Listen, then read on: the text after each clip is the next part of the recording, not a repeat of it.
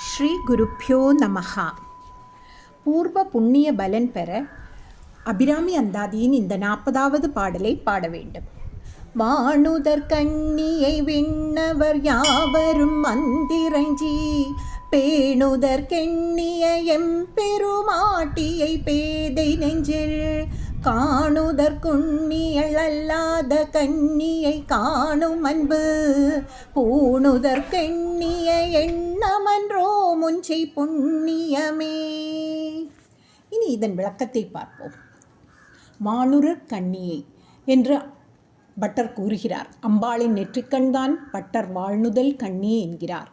6 ஆதாரங்களில் ஆக்ஞா சக்கரத்தில் உரைபவள் ஆதலால் வானுதல் கண்ணி என பட்டர் பாடுகிறார்.